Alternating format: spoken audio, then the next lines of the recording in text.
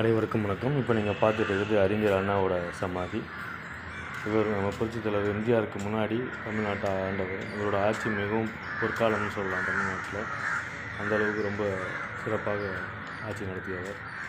மிகவும் எளிமையானவர், நேர்மையானவர், ஒழுக்கத்திற்கு எடுத்துக்காட்டாக விளங்கியவர் என்று கூட சொல்லலாம்.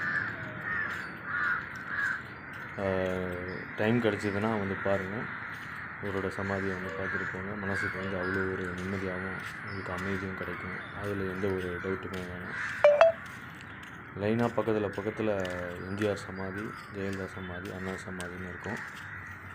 ஃபஸ்ட்டு எடுத்துனவே அண்ணா சமாதி இருக்கும். அப்புறம் எம்ஜிஆர் சமாதியும் ஜெயலலிதா அவங்க சமாதியும் ரெண்டுமே பக்கத்தில் இருக்கும். நம்ம சென்னையில் இருந்துட்டு இதை இத்தனை நாள் பார்க்காம இருந்தோன்னா நம்ம மிஸ் பண்ணுறோன்னு அர்த்தம். ஸோ சென்னையில் இருந்தவங்களும் சரி, இல்லை வெளியூரில் இருக்கவங்களும் சரி, கண்டிப்பாக பார்க்க வேண்டிய ஒரு இடம். இங்கே பறவைங்களும் கொஞ்சம் நிறையா இருந்துச்சு. கார்டன் அவ்வளோ நல்லா மெயின்டைன் பண்ணியிருக்காங்க. உங்களுக்கு ரொம்ப ப்ளசண்ட்டாக இருக்குது. ஈவினிங் டைமில் வந்தீங்கன்னா இன்னும் சூப்பராக இருக்கும்.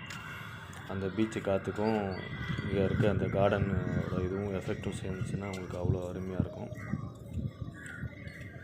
ஸோ நான் வந்திருக்கிறது மார்னிங் டைமு, பட் நீங்கள் ஈவினிங்கில் வந்தீங்கன்னா இன்னும் நல்லாயிருக்கும். வந்துட்டு இந்த சமாதியை ஃபுல்லாக சுற்றி பார்த்துட்டு அப்புறம் கொஞ்ச நேரம் உட்காந்து நீங்கள் பேசிவிட்டு அப்படியே கிளம்புறதுக்கு நல்லாயிருக்கும்.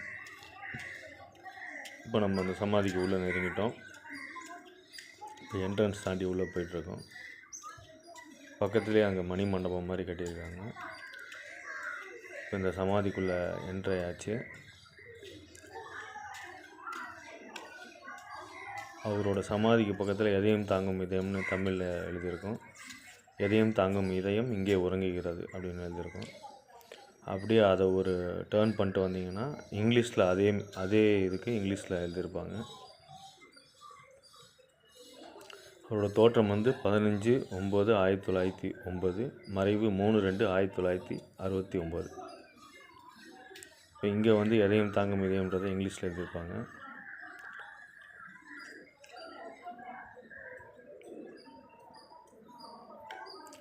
ஸோ இந்த இடத்த மிஸ் பண்ணாதீங்க. டைம் கிடச்சா வந்து பாருங்கள். Which can bear anything, a strong and noble heart which can bear anything அப்படின்னு இருக்குது. ஸோ டைம் கிடச்சதுன்னா இங்கே வந்துட்டு போங்க. உங்களுக்கு நல்ல மைண்ட் அமைதியாக இருக்கும். ஒரு மனுஷங்க வந்து இப்படி தான் வாழணும் அப்படின்றதுக்கு இவர் ஒரு பெரிய எக்ஸாம்பிள்.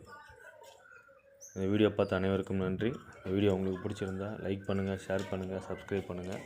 மறக்காமல் பெல் ஐக்கானையும் ப்ரெஸ் பண்ணுங்கள்.